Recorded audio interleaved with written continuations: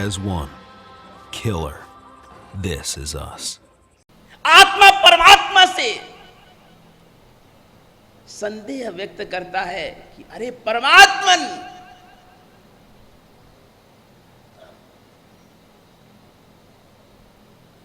आप परमात्मा कैसे बन गए? आपने सिद्धत्व को कैसे हासिल किया? तो उस समय परमात्मा कहते हैं, सिद्ध कहते हैं, उस संसारी से सिद्ध कहते हैं, जीव से जिन कहते हैं, अरे भैया तू चिंता मत कर, मेरा भी भूतकाल तेरे ही जैसा था, मेरा भी रूप, मेरा भी स्वरूप बिल्कुल तेरे समान था।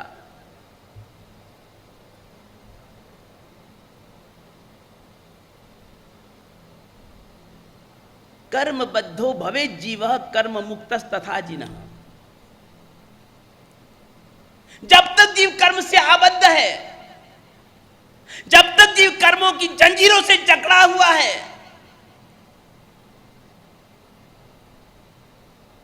जब तक उसकी आत्मा की स्वाभाविक शक्तियों को, सद्गुणों को, स्वाभाविक गुणों को अष्ट कर्मों ने आवृत कर रखा है, तभी तक वह जीव है। और जैसे ही वह अष्ट कर्मों से मुक्त हो जाता है, और अष्ट कर्मों से मुक्त होते ही वह भी सिद्ध बन जाता है, जिन बन जाता है।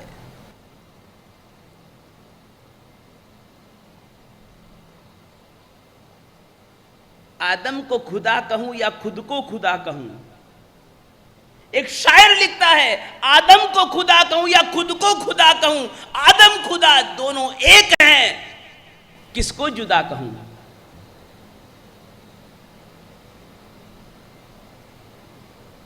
जीव और जिन में अंतर क्या है?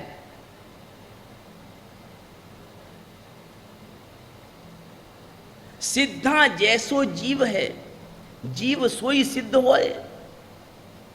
सिद्धा जैसो जीव है, जीव सोई सिद्ध होए। कर्म मैल का आंतरा बूझे बिरला कोय।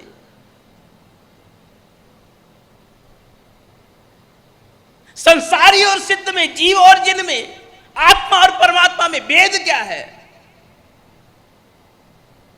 केवल यदि कोई भेद है, यदि कोई अंतर है, तो केवल कर्म मैल का आंतरा बूझे बिरला कोय। अगर कर्म मैल का अंतर दूर हो जाता है, ना फिर भेद है ना खेद है।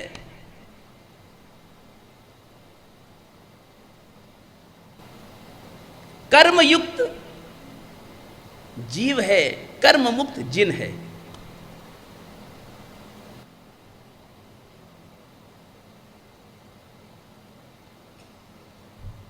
परमात्मा आत्मा से कहते हैं, जिन जीव से कहते हैं, अरे भैया एक दिन मैं भी तेरे ही जैसा था, लेकिन साधना के सतपथ पर कदम बढ़ाना मैंने चालू किया।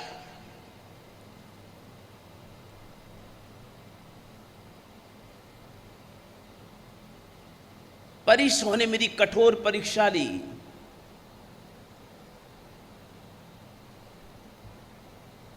कष्टों की कसौटी पर मैं कसा गया, उपसर्गों की झड़ियों से निकला, आपदाओं की आंधी ने मुझे घेरा, लेकिन फिर भी मैं सहता गया, सहता गया, सहन करता गया, बढ़ता गया, बढ़ता गया, बढ़ता गया।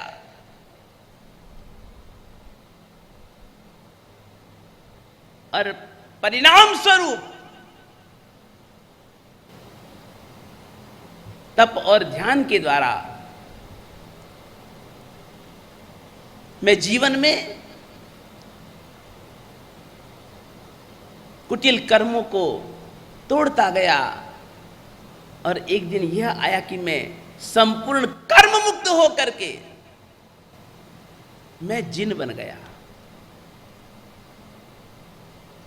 हम भी उस परम परमात्मा के कल्याण के अवसर पर परमात्मा से यही प्रश्न पूछते कि परमात्मन, तू तो पामर से परम बन गया, तू तो आत्मा से परमात्मा बन गया, हमें भी ऐसी शक्ति देना, हम भी सत्य पर साधना के सत्य पर कदम बढ़ाते बढ़ाते तेरे ही जैसे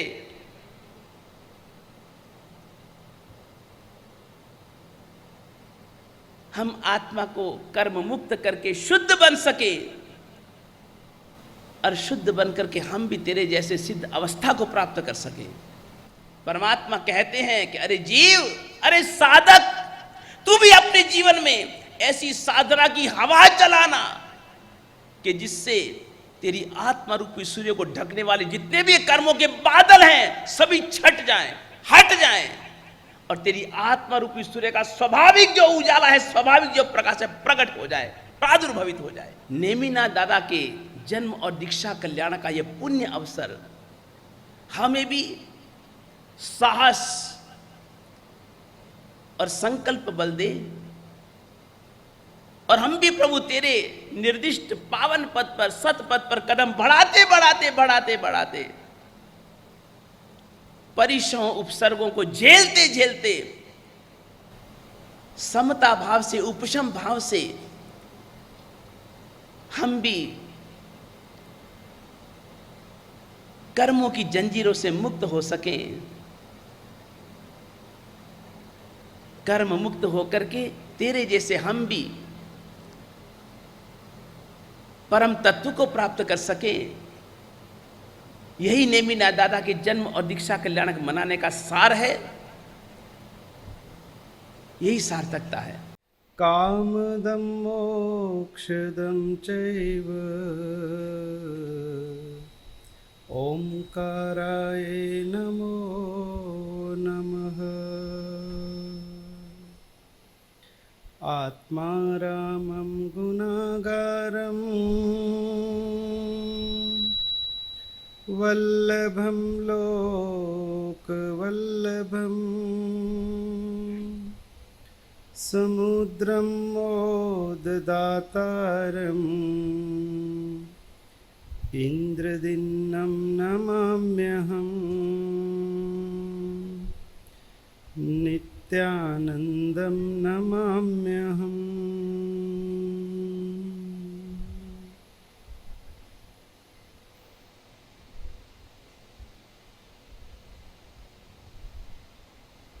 परम तारक परम परमात्मा के चरणों में अनंत अनंत वंदन।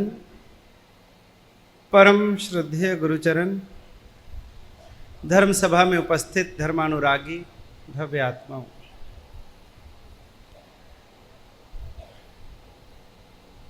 जगत का कोई भी जीव, चाहे मनुष्य हो, चाहे पशु पक्षी हो, चाहे कीड़ा मकोड़ा हो, चाहे देवलोक के देवी देवता हों, चाहे नरक जाति के जीव हों, नरक गति के जीव हों, कोई भी जीव दुख नहीं चाहता। फिर भी सभी गतियों में जीव को दुख का सामना करना पड़ता है, दुख सहना पड़ता है। कारण जिस जिस जीव ने जहां जहां अपने मन को जोड़ा है, संसार के किसी भी बाह्य पदार्थ के साथ, संसार के किसी भी संबंध के साथ जहां जहां आपकी अटैचमेंट हुई है, उसका परिणाम दुख रहेगा। शरीर से प्रेम किया, परिवार से प्रेम किया, स्नेही स्वजनों से प्रेम किया, संपत्ति से प्रेम किया,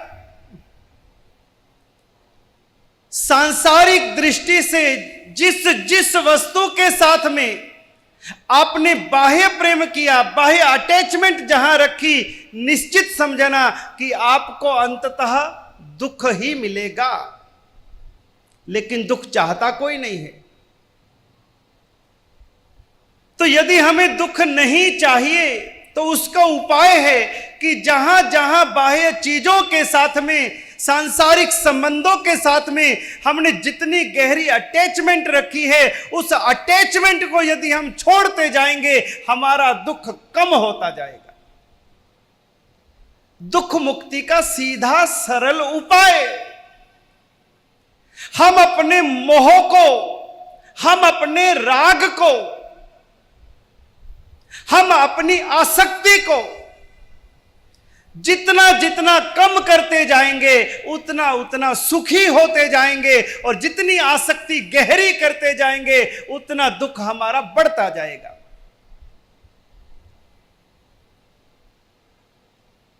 किस तरह से हमारे सुख में और हमारे दुख की मान्यता में पल भर में कैसे फर्क आता है। एक बार कुछ मित्र घूमने के लिए घर से निकले, दूर पहाड़ों में घूमने के लिए वहां मित्र मंडली निकली। 2-4 दिन की यात्रा के बाद, घूमने के बाद, उनके घर में फोन की घंटी बजी। उन 4 मित्रों में से एक मित्र के घर में फोन की घंटी बजी। जैसे इधर मां ने फोन उठाया और सामने से उनको पूछा कि भाई, क्या आपका बेटा घूमने के लिए शिमला, कुल्लू, पहाड़ी इलाके में आया हुआ है क्या? हां, गया है, अपने दोस्तों के साथ घूमने गया है। तो अभी अभी हमें समाचार हुए हैं कि उनकी गाड़ी का एक्सीडेंट हो गया है। जैसे ही मां ने इस बात को सुना कि जिस गाड़ी में मेरा बेटा गया है, मित्र मंडली गई है, उसका क्या हो गया? एक्सीडेंट हो गया है। अब जो अभी तक मन शांत था, अभी तक मन में कोई चिंता नहीं थी, लेकिन जैसे ही ऐसा समाचार मिला तो उस समय पांव तले से जमीन खिसक जाती है, चिंताएं ही चिंताएं सताने लगती हैं। उसी समय उसने कहा कि अरे क्या हुआ, कैसे हुआ, मेरा बेटा तो ठीक है। और सामने वाला कहता है कि बहन जी, मेरे पास में जो समाचार हैं उसके अनुसार 4 मित्रों में से एक की मृत्यु हुई है। और जैसे ये सुना, उसके बाद में तो हाथ पांव फूल गए। अभी तो पता भी नहीं किसके साथ हुआ है, लेकिन आंखों में से आंसू किसके लिए आ रहे हैं? किसके लिए? अपने बेटे की चिंता सता रही है। उसके बाद पूछा कि अरे बताओ तो सही। तब सामने वाले ने कहा कि क्या बताऊं, दुख के समाचार हैं, आपके बेटे का एक्सीडेंट में निधन हो गया है। और जैसे ही इस बात को सुना और वो सहन नहीं कर सकी, मूर्छित हो गई, बेहोश हो गई। परिवार वाले इकट्ठे हुए, रोना धोना चालू हुआ, रुदन विषाद छा गया, शांत वातावरण अशांत हो गया। सभी लोग इकट्ठे होने लगे, आस पड़ोसी भी आने लगे। घर के अंदर में चीख चिल्लाहट सुनाई दे रही है। थोड़ी देर के बाद फोन की घंटी बजी, और फोन की घंटी बजने के बाद जैसे ही फोन उठाया तो सामने से बोलने वाले ने बोला कि अरे क्षमा कीजिएगा, एक्सीडेंट तो हुआ है, एक जने की डेथ भी हुई है, लेकिन गलती लग गई, वो आपका बेटा नहीं है, वो दूसरा लड़का है। अब बताइए, जैसे ये पता चला तब घर के अंदर में थोड़ा हौसला आया, थोड़ी शांति हुई, थोड़ा रुदन कम हुआ, चिंता तो हुई, लेकिन अब इतना तो संतोष है कि मेरा बेटा तो नहीं मरा। शांति हुई, हाश प्रभु, तूने मेरे बेटे की रक्षा करी।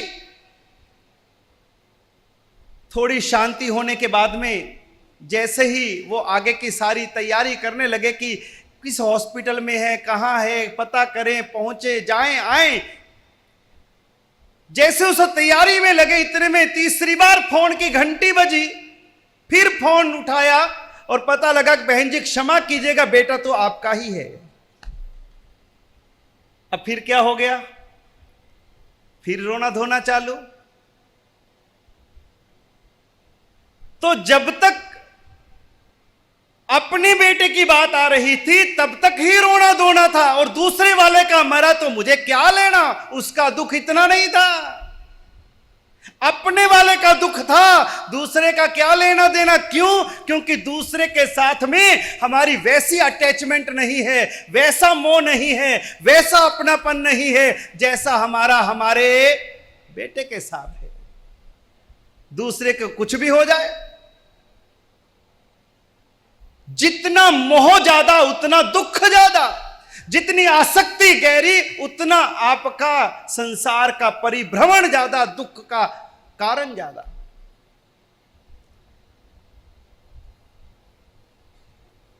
आप लोग यहां पर आए, ये सुंदर नगरी सजी, ये इतना सुंदर डेकोरेटेड, ये आत्मवल्लभ सभागार, इतना बढ़िया मंडप, इतना बढ़िया मंच, ये सोने के पिल्लर, ऊपर डायमंड, महल में बैठे हैं। लेकिन संवत्सरी के बाद में क्या होगा? 50 दिन पूरे होने के बाद इस महल का क्या होगा? आकर के दृश्य तो देखना। ये इतना सुंदर दिखने वाला महल जब ये उतरेगा, खुलेगा, बांस गिरेंगे, लकड़ियां गिरेंगी, रस्सियां गिरेंगी, ये सब तखत खुल जाएंगे, उस समय दृश्य को देखना, किसी के दिल में ठेस लगेगी? कुछ नहीं होगा, कुछ भी नहीं होगा, तनिक भी ठेस नहीं लगेगी। यहां पर जिन कुर्सियों पर आप बैठे हो, एक आध की टांग टूट भी गई कुर्सी की तो क्या होगा? कुछ नहीं। ए भाई इसको लेके जा भैया, ए लेके जा, दूसरी ला। और घर की कुर्सी की टांग टूट जाए तो, घर का गिलास ही टूट जाए तो, कितना फर्क है। ये अटैचमेंट, अपनेपन की, जहां जहां आपने अपनापन किया वहां वहां दुख पैदा किए।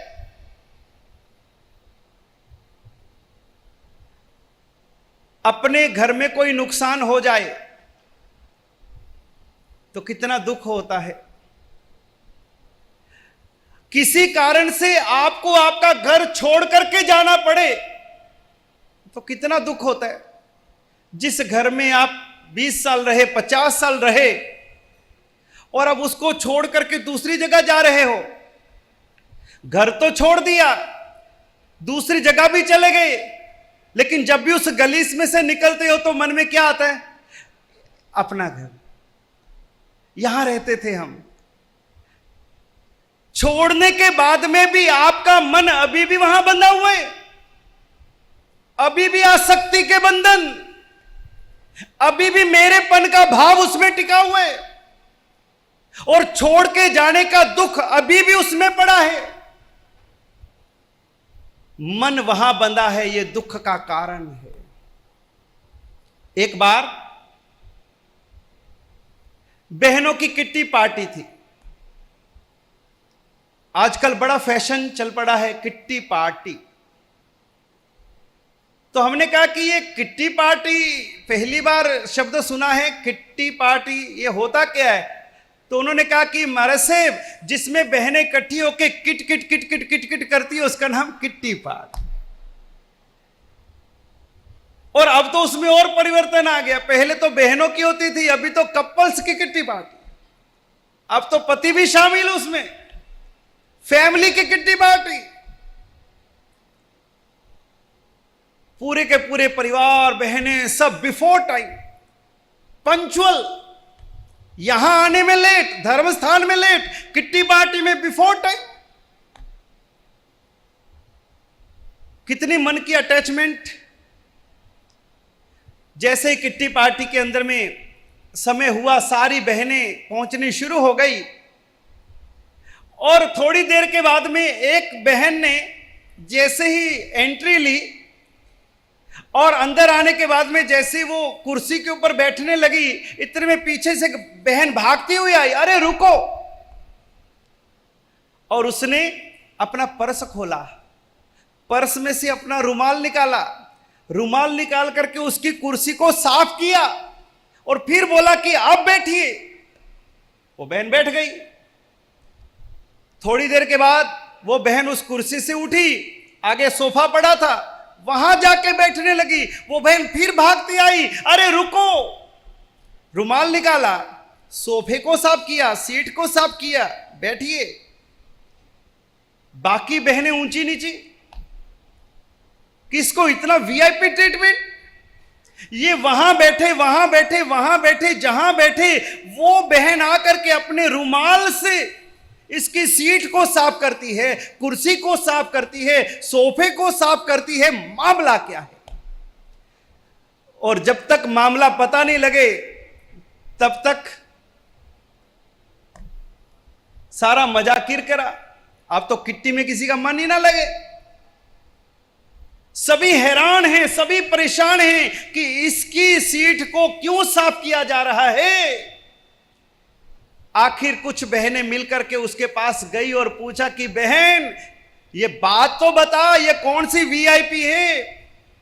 ये कौन से देश की रानी है, महारानी है, कि ये जहां भी बैठती है तुम सबसे पहले अपने रुमाल से उसकी कुर्सी, सोफे को साफ करती हो? मामला क्या है? उसने कहा मामला कुछ नहीं है। ये बहन इस किट्टी पार्टी के अंदर में आज जो साड़ी पहन के आई है वो मेरी है।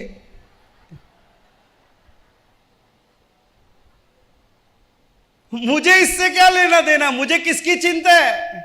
मुझे तो मेरी साड़ी की चिंता है कि कहीं बिगड़ गई, खराब हो गई तो नुकसान मेरा है। मैं तो अपनी साड़ी की चिंता कर रही हूं, इससे क्या लेना देना? तो मन कहां पड़ा है? साड़ी में। हमारा मन कितनी छोटी छोटी चीजों में अटका रहता है। कभी किसी फंक्शन में जाना हो और बाहर अगर जूते उतारने पड़ जाएं तो अंदर जाने से पहले चिंता कहां सताती है? जूते खोलने में। और किधर खोल भी दिए तो अंदर आने के बाद में बार बार मन कहां जाता है? जूतों में।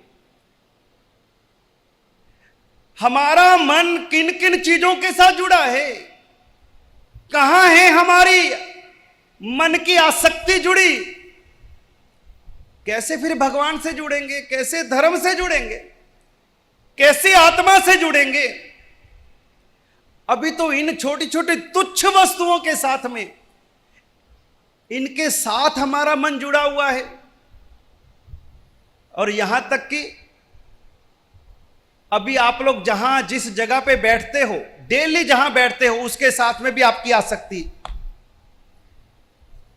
अगर आपकी कुर्सी पे कल को कोई और आके बैठ जाए, बहन उठो यहां से, मैं बैठती हूं, मैं यहां बैठती हूं, चलो आप कहां? इधर आपकी कुर्सी नहीं है।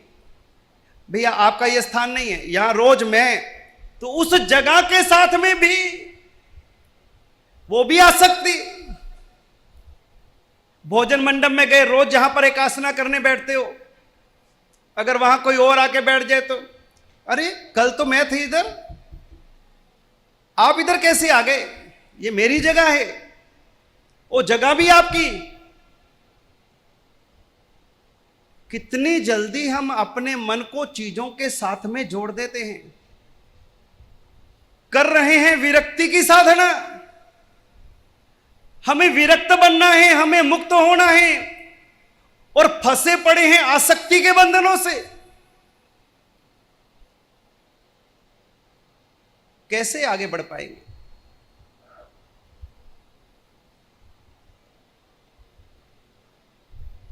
सोनी हाथ में कटोरा लेकर के और पूरी नगरी के अंदर में राउंड लगाने के लिए निकलता है, और जैसे ही पूरी नगरी घूमने के बाद में वापिस संध्या के समय भरत चक्रवर्ती के दरबार में हाजिर होता है, पसीने से लथपथ, सांस फूली हुई है, फूली क्या सांस अटकी पड़ी है, और जैसे आकर के कटोरा उसने रखा, उसकी सांस में सांस आई, जीवन मिला उसको नया। महाराजा को नमन किया, और महाराजा भरत ने कहा केम छो, सुख साता मा छो? उसने कहा साता, अरे पूछो ही मत, अरे ऐसी मेरी आपने हालत करी, क्या बताऊं आपको। उसने कहा चलो बाकी बातें तो छोड़ो, मुझे यह बताओ कि आप जब मेरी अयोध्या नगरी में गए, मेरी इतनी सुंदर अयोध्या, इतनी भव्य अयोध्या नगरी, इतने बड़े बड़े बाजार, इतनी बड़ी बड़ी अट्टालिकाएं, इतने महल, तुमने मेरी अयोध्या में क्या क्या देखा? कैसे कैसे महल देखे, कैसे कैसे बाजार देखे, कैसे कैसे लोग देखे? तो उस समय वो सोनी कहता है महाराज क्या पूछते हो, महल, बाजार, अट्टालिकाएं, लोग? महाराज मुझे कुछ दिखाई नहीं दिया। ऐसा कैसे हो सकता है? तू अयोध्या में गया हो, बाजारों में घूमा हो, गली गली गया हो, और तुझे कोई दिखाई नहीं दिया? नहीं महाराज, मुझे कुछ दिखाई नहीं दिया, मुझे तो केवल वो कटोरा दिखाई दे रहा था, और कटोरे के बीच में अपनी नाचती हुई मौत दिखाई दे रही थी, इसके अलावा मुझे कुछ दिखाई नहीं दिया। और उस समय भरत महाराजा ने बोला कि सोनी, जैसे अयोध्या में घूमते हुए तुझे कोई महल, गली, मोहल्ला, नाटक, बाजार, दुकान, लोग कुछ दिखाई नहीं दिए, और तू पूरे मोहल्ले में से घूम के अयोध्या में घूम के आया, तब भी मुझे कुछ दिखाई नहीं दिया, उसी तरह से मैं इस महल में रहता हूं, 64,000 रानियों का राजा हूं, चक्रवर्ती हूं, दिखता हूं महलों में, दिखता हूं भोग विलास में, बाहर से महलों में हूं, लेकिन मेरी दृष्टि कहां टिकी है? मेरी आत्मा पे टिकी है। जैसे तेरी दृष्टि कटोरे पे टिकी थी, वैसी मेरी दृष्टि आत्मा पे टिकी है। इसीलिए परमात्मा ने कहा कि ये भरत मर करके मोक्ष में जाएगा, और तू छोटा परिवार, छोटी पूंजी, छोटी दुकान, लेकिन तेरी आसक्ति घर में पड़ी है, तेरा मन बंधनों में बंधा है, तू संपत्ति में अपने मन को जोड़ करके बैठा है, इसलिए अल्पारंभी, अल्प परिग्रही होते हुए भी तू मन से आसक्त है, इसलिए मर करके नरक में जाएगा। और यह भरत चक्रवर्ती महलों में रहता हुआ भी अनासक्त है, विरक्त है, आत्मा में टिका हुआ है, इसलिए मर करके मोक्ष में जाएगा। हमारे आराधक कहां जाएंगे, हम कहां जाएंगे, इसका चिंतन हमें स्वयं करना है। आज इतना है।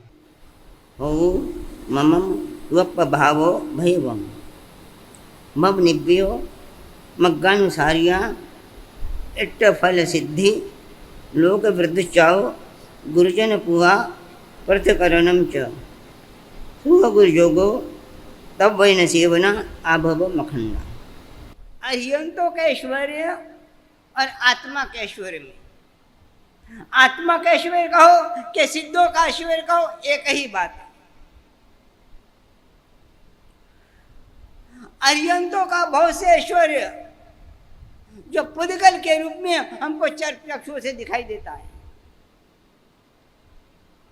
याद रखना, अरिहंत परमात्मा का जो बड़ा से बड़ा ऐश्वर्य है, चाहे वस्तु प्रातिहार्य के रूप में, समम शरण के रूप में है, वो हमको जो चर्म चक्षुओं से दिखाई दे रहा है, चाहे उनका रूप है, स्वरूप है, कुछ भी, वो पुद्गलात्मक है।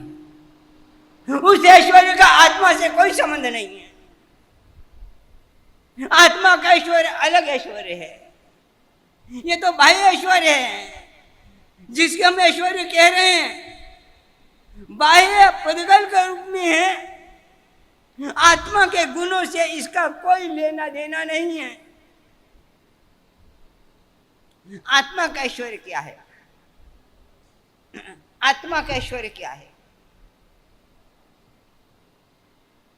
सिद्धों के ऐश्वर्य की बात करें, आत्मा के ऐश्वर्य की बात करें, चाहे तुम्हारी आत्मा या मेरी आत्मा है, चाहे वो निगोद में रही है, कहीं भी है, हम आत्मा के ऐश्वर्य की बात कर रहे हैं।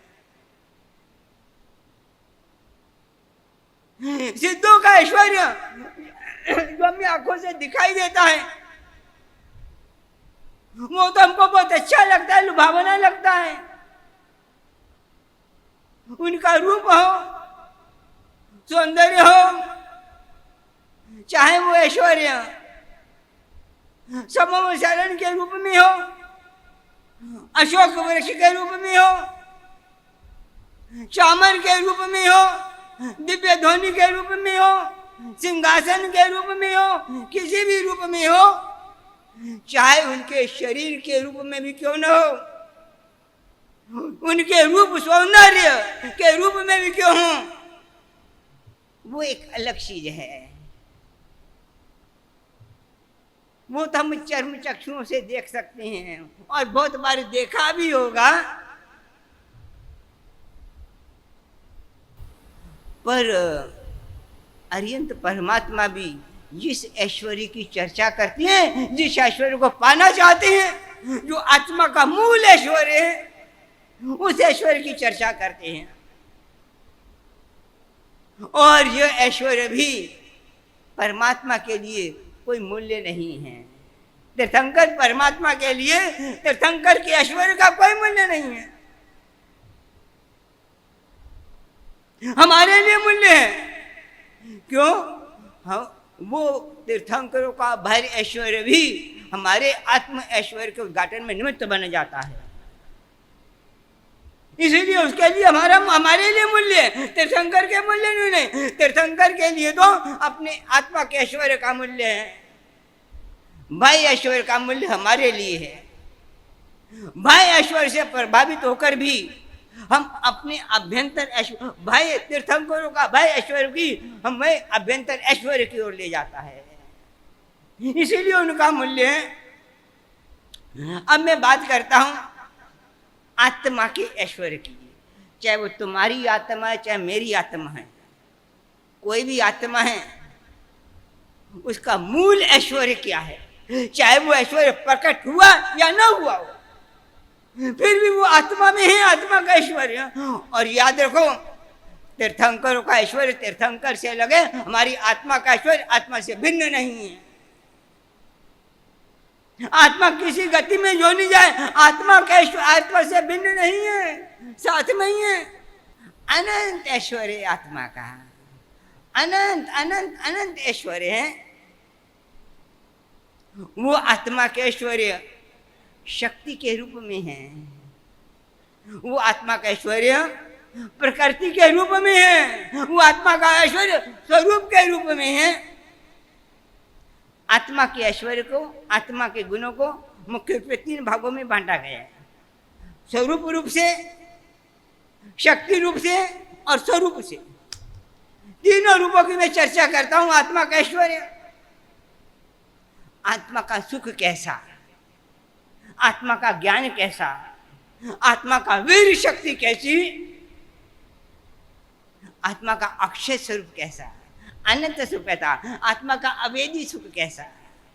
अश्लेषी अवेदी बहुत सी ऐश्वर्य आत्मा का अनंत, एक एक ऐश्वर्य अनंत प्रकार का है। अनंत प्रकार का ऐश्वर्य तो है, पर एक एक ऐश्वर्य में अनंत अनंत प्रकार है।